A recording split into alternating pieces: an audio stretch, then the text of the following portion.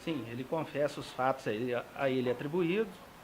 Ele também diz que isso são fatos antigos, são fatos crônicos, né, que sempre ocorreram, que resolveu aderir a essa conduta. Ele entende o caráter criminoso dessa conduta, mas achou que isso era pertinente. Ele diz que não tinha benefício pessoal direto com a arrecadação de dinheiro, mas, por outro lado, ele admite que ele distribuía esses valores para patrocínios, para doações, né, certamente com interesse político, né, distribuía para patrocínio de time de futebol, que até tinha uma certa patrocínio das suas próprias empresas, dos seus próprios empreendimentos. Né? Então, é um passo, mostra que o que estamos colhendo no Ministério Público é o que realmente ocorria, né, em relação a ele e em relação a outros parlamentares. Doutor, explica para a gente... Ele também tinha interesse empresarial nesse caso. Né? Sim, ele alega que não tinha um ganho direto, porque ele tem patrimônio, ele não precisa daquilo. Ele admite que fez, mas fez com um cunho muito mais do exercício da sua atividade parlamentar, no sentido de ganhar credibilidade, ganhar capital político com o eleitor, fazendo essas distribuições de doações, de patrocínios e fazendo, de certa forma, tendo, de certa forma, uma promiscuidade com o uso dos nomes da empresa. Né? Então, ganhos indiretos, certamente, políticos, sociais, pessoais e até mesmo de nome dos seus empreendimentos ele teve. Promotor, qual foi a participação do irmão dele no crime? O irmão dele, num primeiro momento, interferiu na produção de prova no sentido de assumir a responsabilidade, né, para assim, proteger o irmão vereador. Mas, com o tempo, resolveu voltar atrás e realmente contar a verdade. E nós estamos assim apurando a real conduta desse irmão, mas no que temos até hoje é que ele seria, de certa forma, um comparsa, né, um coautor. Qual que era o esquema, o papel dele nesse esquema? Ele não trabalhava no gabinete, né? Então, Ele qual que era a não- função dele? Ele não trabalhava. A função dele seria ir ao gabinete, fazer o apoio parlamentar, né, fazer as injunções junto ao Paulo, que era o chefe de gabinete, né, para que aqueles valores ali arrecadados, né, dos servidores, dos colaboradores do gabinete, né, que são os assessores, fossem destinados para certos empreendimentos políticos, de festejos, a patrocínios das mais diferentes ordens. Nós apreendemos documentos que indicam isso. Então, ele, de certa forma, interferia tanto na chegada da demanda quanto na destinação do recurso. Sim, eu acredito que essa é a estratégia da defesa. A defesa trazendo, a defesa técnica, o seu cliente, ele confessando, ele admitindo que os fatos ocorreram, a defesa vai vencendo os requisitos necessários para uma prisão preventiva, né? Vai fazendo com que a prisão preventiva não se torne necessária a partir do momento que ele venha confessar. Só que isso está sendo atrelado também, porque tudo está sendo tratado também com a Promotoria de Patrimônio Público. E lá precisamos desenvolver a reparação do dano moral, né? A admissão de culpa também e a responsabilidade pela perda da função pública, e isso está sendo tratado na Promotoria de Patrimônio Público para que o Ministério Público também possa evoluir nesse sentido de entender que a colaboração dele, entre aspas, está sendo uma colaboração efetiva. O senhor falou em multa, o que seria correspondendo a quê? Na verdade, além da responsabilidade criminal, o gestor público, aquele que gere, ainda que em parte, recursos públicos, ele é responsável por ato de improbidade administrativa, que é o caso, e hoje se pode transacionar nessas ações de improbidade. Então, em vez de o Ministério Público promover uma ação civil pública, ele pode formatar um termo de ajustamento de condutas e requerer aquilo, né, e acordar aquilo que poderia obter com a decisão judicial, no sentido de se reparar o dano, no sentido de se pagar uma multa pelo dano moral coletivo que ocasionou por conta da sua conduta, no sentido de se dar algo equivalente à perda da função pública, que poderia ser eventualmente aí aderido pelo parlamentar, né? Então, isso tudo pode ser tratado. Agora, conforme nós dissemos, as apurações dessas condutas delitivas no bojo do PIC, elas dão conta de imediato no envolvimento de 3 pessoas, né? Dentre elas, o chefe de gabinete, que é o Paulo Sérgio. É uma pessoa que inicialmente chegou a procurar aqui o GAECO para que pudesse ser ouvido. e nessas oitivas foi um dos primeiros a desvelar aí essa situação do que vinha ocorrendo no gabinete, ou seja, repasses de valores salariais. Não obstante essas tratativas, nós temos também no bojo investigativo áudios que demonstram uma conversação entre ele e uma outra assessora, ficando assim evidenciado o repasse de parte de valores dessa assessora, algo em torno de R$ 1.530 mensais, somente dessa assessora, para essa caixa que existia no gabinete do vereador.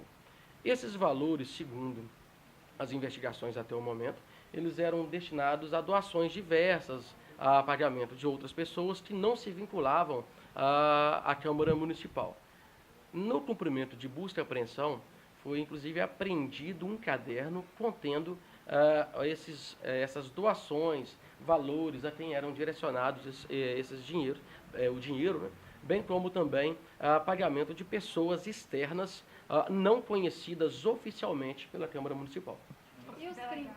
O senhor até falou com a gente anteriormente, não se trata de uma investigação que, digamos assim, está à caça de oposição ou situação. Vocês estão investigando, estão prendendo à medida que tem provas.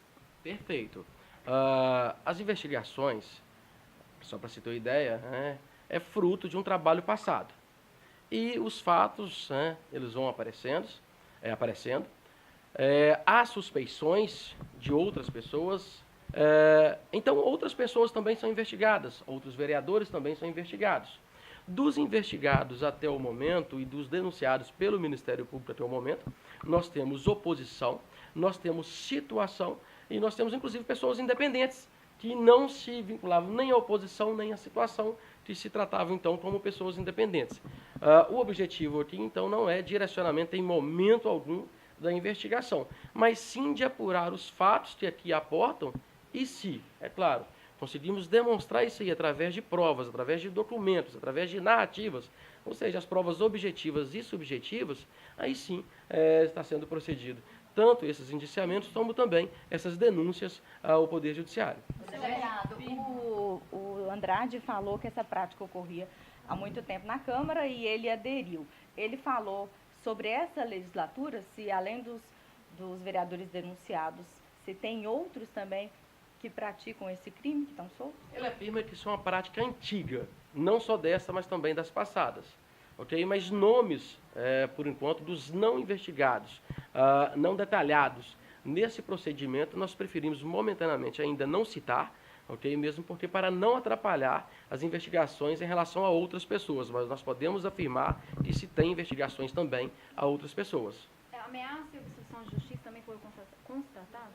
Olha, no caso propriamente dito do vereador Andrade, no bojo das investigações, houveram fatos que foi entendido como uma possível tentativa de se manipular declarações, de se manipular as oitivas aqui. Tanto é que o chefe de gabinete chegou a ser procurado, ok? Tanto pelo vereador como também pelo seu irmão Célio Andrade.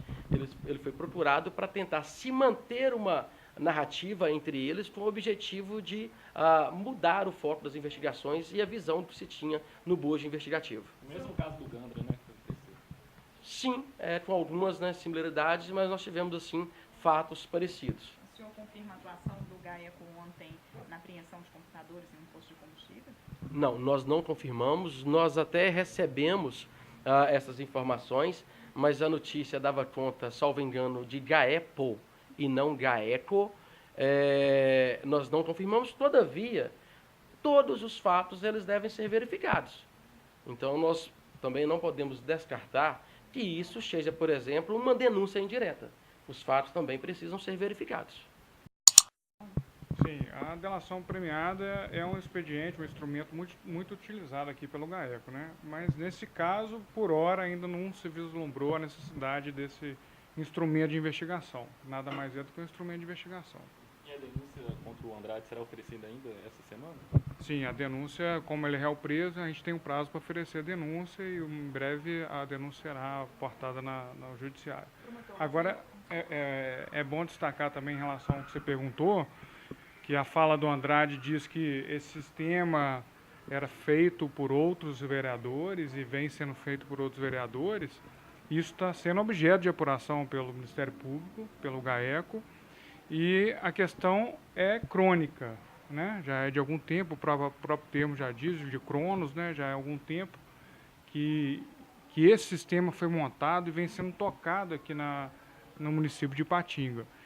Então, assim como foi dito na primeira oportunidade, na primeira coletiva que nós fizemos aqui, ainda fica a mesma observação de que as vítimas, essas pessoas que tinham seus salários desviados para os vereadores, pelos vereadores, que elas compareçam ao GAECO, né, porque depois daquela nossa coletiva, várias vítimas nos procuraram, e aquelas que eventualmente não nos procurarem, pode ser que no frigir dos ovos aí, no avançar das investigações, elas podem, se tiver prova disso, serem consideradas como coautores desses crimes. Então, fica ainda o apelo para as vítimas de outros vereadores que ainda não surgiram aqui para prestar depoimento no GAECO, como o próprio vereador já prestou depoimento e disse que vários outros vereadores fazem isso, as investigações ainda estão em aberto. Obviamente que à medida que a gente vai concluindo a investigação, onde vai fazendo a denúncia, em relação àquele vereador, está concluída e já foi remetida à justiça para julgamento. Agora, a investigação dos outros fatos, dos outros vereadores, ainda estão em aberto. Então, aqueles que tiverem notícia, que tiverem provas, que forem vítimas, é bom que procurem o GAECO o mais rápido possível. Olha, a gente precisa de qualquer indício de prova, né? Para a gente começar a investigação ali, tem que ter um mínimo, um laço probatório mínimo. Por hora, ainda não apareceu no GAECO em relação a legislaturas anteriores. Mas aparecendo, sim, se o crime não tiver prescrito, será objeto de investigação aqui pela casa. Não, nós não temos atribuição para investigar o prefeito, já que ele detém foro por prerrogativa de função. Ele é investigado pela Procuradoria-Geral de Justiça, pelo chefe da instituição, que é o Ministério Público. Do ponto de vista criminal, né? Do ponto de processos criminais, ele detém prerrogativa de foro. Agora, para fins de patrimônio público, ele pode ser investigado em Ipatinga.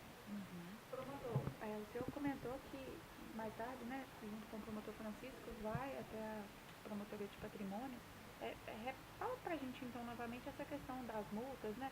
Ficou até a dúvida se na verdade era multa ou se era fiança, então esclarece isso pra gente.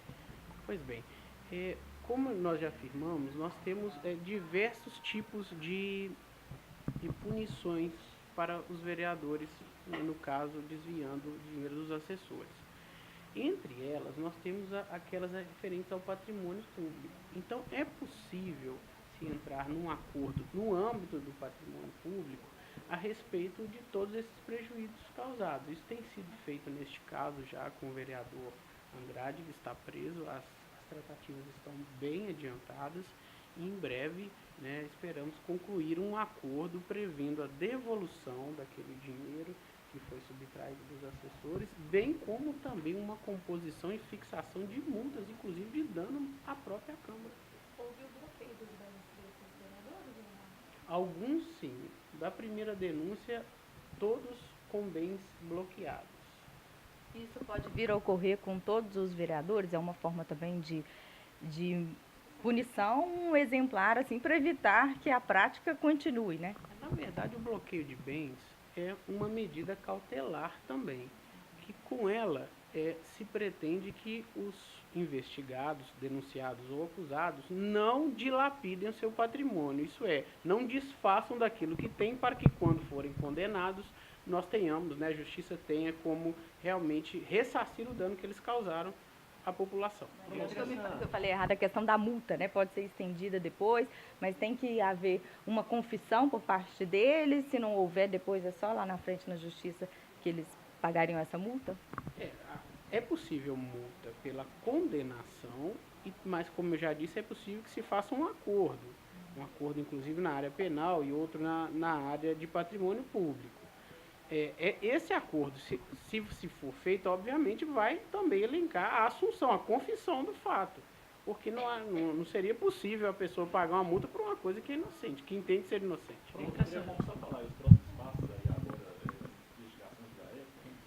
Bom, nós dividimos por fases, essa é mais uma delas, esperamos, né, concluir outros vereadores também estão sendo investigados, né, alguns até já em fase já bem adiantada. E nós contamos também, claro, com o apoio da população, com o apoio da imprensa, para que nós possamos ter conhecimento de tudo que ocorreu, eventualmente ocorreu de errado na Câmara Municipal de Ipatinga. Você pode falar sobre a reparação? Tem alguma coisa que beneficie os assessores que foram lesados? Nós entendemos, na maior parte dos casos, que os assessores são vítimas de um crime que se chama concussão. Isto é, se eles não repassassem parte do dinheiro, eles não trabalhavam. Então, eles estão na qualidade de vítimas, razão pela qual não teriam que devolver nada. Alguns assessores, né, já também investigados, entraram também no esquema, inclusive participavam recolhendo dinheiro. Estes também, né, em alguns casos, foram denunciados porque participavam, mas a maior parte deles são consideradas por nós como vítimas. Então, e como está sendo o apoio, né, da instituição, da Câmara, em relação às investigações? A Câmara tem prestado todo o apoio. Todas as requisições feitas foram respondidas. Há notícia também de andamento de comissões, então a Câmara nos parece estar muito interessada no andamento de todos os feitos e também que seja feita a justiça na mais breve possível. Eu sei que o senhor não pode falar quem são os investigados, mas o senhor pode falar quantos vereadores estão sendo investigados? É muito prematuro a gente falar em números e em pessoas, porque naturalmente as investigações ainda correm sigilo. Mas a notícia de que se trataria de uma prática disseminada, isto é, de que várias outras pessoas, a maior parte delas, dos parlamentares, fazem isso em seus gabinetes. Então é natural que o número seja maior. Promotor, só para reforçar o que o Marcos perguntou, existe alguma forma desses assessores serem ressarcidos, né, com dinheiro do que Os foram... que são vítimas, né? Exatamente. Claro, obviamente. Nós, nas denúncias até então apresentadas, estamos pedindo também, que é um mecanismo que o processo penal admite, a devolução do dinheiro que foi surrupiado das vítimas. Então elas vão ser indenizadas ao final. Essa medida também foi solicitada quando as denúncias foram apresentadas. Promotor, só para lembrar, vocês falaram uma entrevista sobre a questão dos grampos. Há pessoas que dizem também, mas esses grampos também, outros parlamentares foram grampeados, outros assessores, ou isso não pode ser informado? Bom, a interceptação telefônica é uma medida sigilosa. Então, nós podemos falar sobre aquelas que já foram, de fato, né, aquelas ações que já foram deflagradas, aquelas denúncias oferecidas dos vereadores que foram ouvidos, né, e foram já também, né, processados. De forma que não podemos ainda falar sobre eventuais interceptações com relação a outros vereadores que ainda não foram denunciados.